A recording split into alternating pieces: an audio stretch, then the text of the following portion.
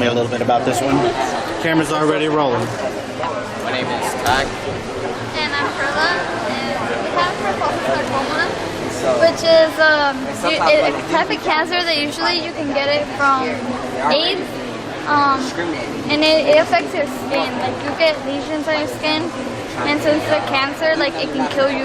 So It doesn't only affect the skin; it can like appear the lesions, which appears in the skin, can appear also in your lungs. Oh yeah, on the inside. Yeah, specifically in the lungs. It can also like appear in your mouth, inside of your mouth, and yeah, it's painful. It's painful. 2009. Yeah, and it mostly affects males from age group of 25 through 59. Yeah, and then they found that like recent research, they found out that there's a gene in African American males or in African Americans which like is more prone to AIDS, which is like a pathway for. And most cases of Kaposi sarcoma exists in Africa, mostly south of Africa, because there's like poor nutrition there due to economics. They're basically underdeveloped, and underdeveloped nations tend to have higher cases of Kaposi sarcoma. These are signs and treatments, diagnosis.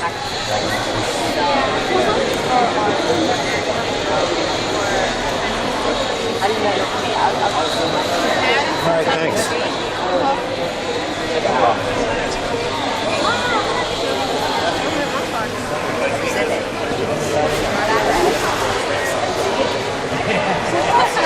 I'm gonna go down there. Like bow change. Well, my name is Tevin Newton. I'm Stephanie Aguero. And our research was over HIV risk among African Americans and Hispanics. And the reason we did that was because in 2010 the CDC said they were among the highest rates of new infections diagnosed that year. And since we belong to that population, we thought we'd try to get awareness out and educate them, because in the Wyandotte County community, it's highly populated with African Americans and Hispanics.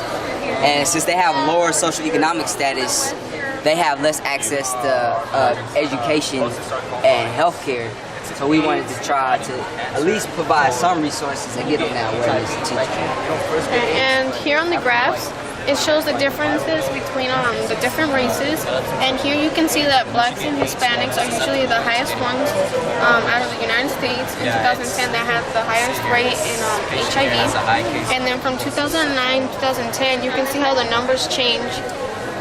So that's why we're trying to prevent the numbers from going up and giving out awareness to different races. It can also appear internal organs as well, such as lungs. Thank you. Well, Ready? I'm John Perez. My name is Taj Maldo. We are presenting how to live positively with HIV. It is not a death sentence. Medication now is more advanced than it was when HIV first started coming out, so you could live longer. When you look at this medication chart, you can see that there's all kinds of different medications that have been approved and people use daily to fight against the HIV and help prevent it from reproducing in the body. And if you follow and take your medications correctly, you can have an undetectable viral load within 3 to 6 months. So that means it will be so low, the virus, that you won't be able to detect it when you take the viral load test. As you see on the graphs, the HIV-related deaths are going down over time. As you see, 2000 they went up.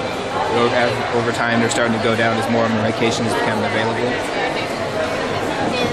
Sometimes people might, whoever's having HIV, they might say, is my life over?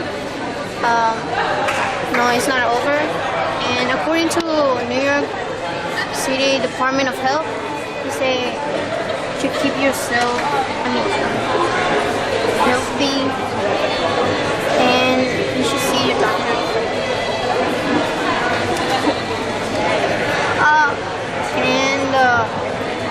Get a 2 tests regularly, a viral load test and a CD4 test. We also made a brochure for living positively with HIV. We have places you can contact for help if you have questions about it. The Unified Government on Wyandotte, Good Samaritan, and the AIDS hotline. We have frequently asked questions. What is HIV? Are the HIV cures online real? What does the ART therapy do? Then we have some healthy tips and medications that are used to help fight against HIV and let you live a normal everyday life. And these are the webs that we go into to get the information.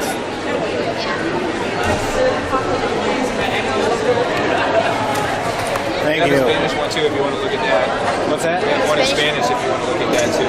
Okay. It's the same thing, it's just in Spanish. Go ahead and close it, and then say. And we also have one.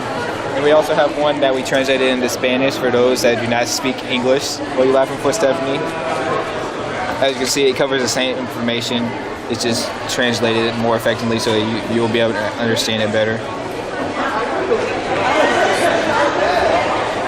Thank you. Did you find your partner? Partner's here. Okay, so I'll pull back. You introduce yourselves. I'll point the camera at each of you, and then I'll zoom in.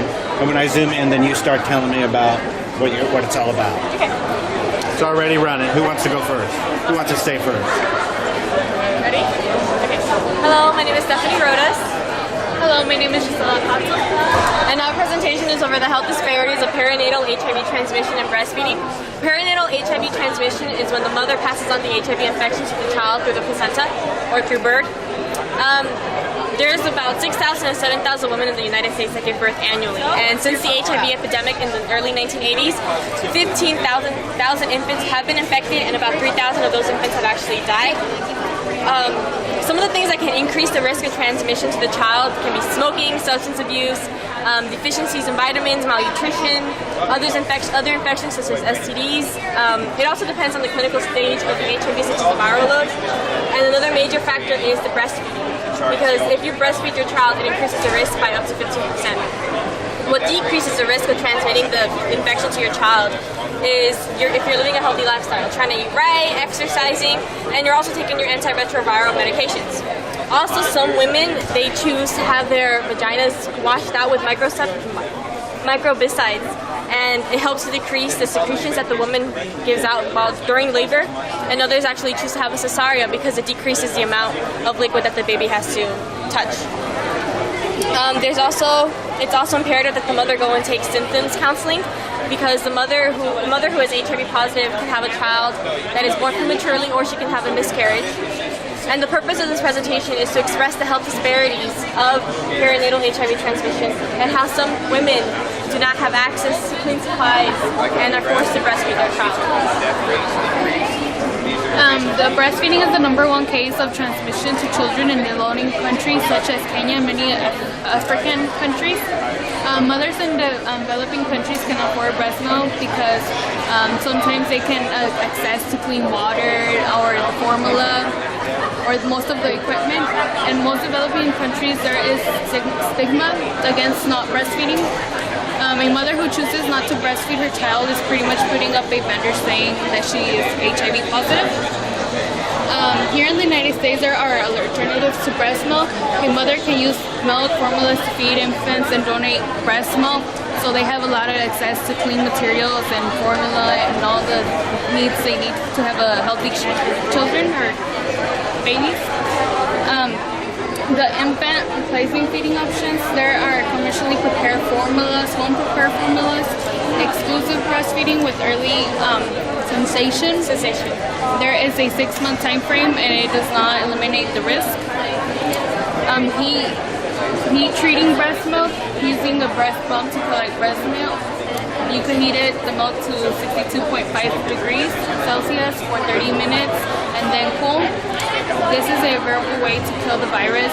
Feed them through a cup, breast milk, and And there are also wet nurses, which the wet nurses breastfeed other kids that they're not theirs to help them stay healthy.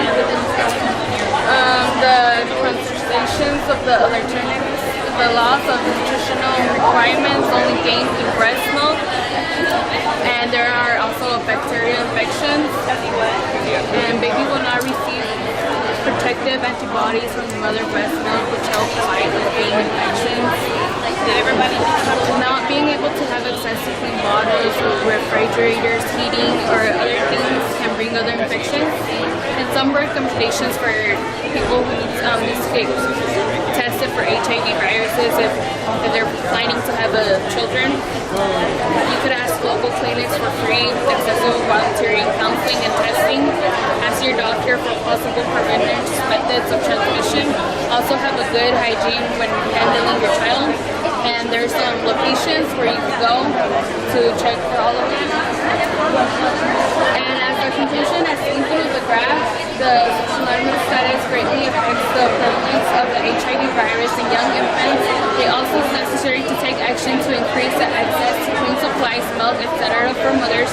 In order to prevent the transmission of the virus, it is imperative that the mother take preliminary steps when caring for her child, know where the local clinics are and what to feed your child.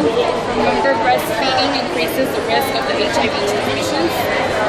And here are we made some brochures, and it tells you like what to why some steps where you could use them to breastfeed and to help your mother. And there is also one translated in Spanish for the Spanish speakers. About. Want to move in just a little bit closer to introduce yourself? My name is Miguel. Where are you from? I'm Quran. We did our study over brain imaging. So we analyzed the study at the Hoagland Brain Imaging Center that they had previously done. So the study was over impulsivity and delayed discounting. And so we put everyone through a questionnaire for smoking urges and a task that would test people's switch points. And so the higher the total today, the more likely you're to pick to pick the today item rather than the 12 weeks. So $31 today, 48 and 12 weeks. If you pick the 48 today or 48 and 12 weeks, then the next question will be a higher monetary reward for today. So it'll be like $40 today and $48 for 12 weeks, and eventually we'll be able to calculate where you would switch. Earlier switch points means higher impulsivity, so you're more impulsive. Using all of this data that we collected, we came up with two hypotheses. I felt that there would be more activation in non-smokers because non-smokers take time to actually weigh the decisions, and so they're less impulsive, so I thought it would take more activation. My partner had the exact opposite idea. He thought that smokers would take less time to think about it and more activation immediately. My partner's hypothesis actually matches the data that we collected, but my hypothesis shows in the results for some reason. So non-smokers showed more in the regions associated with decision making. So the caudate and the nucleus accumbens. It actually showed that smokers were below the baseline for all of these different regions in the brain. And so with this, we could actually, ideally, if we can figure out why people are more impulsive, then we can stop addiction completely. We can figure out why people stop their workout regimen, or why people leave their diet. Then we can figure out what makes those other people successful. We can make countermeasures to stop people from being so impulsive, and we can stop addiction completely. It's not really, I don't know if it's possible. It's really hard to separate every fragment of someone's day to figure out what makes this person more impulsive than any other. But this is one step in doing that. Anything you want to add?